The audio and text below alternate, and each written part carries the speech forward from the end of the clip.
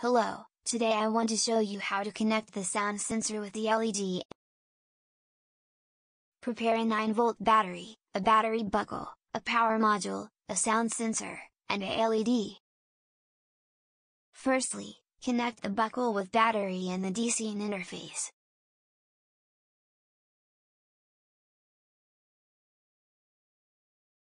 Secondly, connect the sound sensor and the LED. Then, switch on the power module, and clap your hands. The volume will affect the lighting of the LED.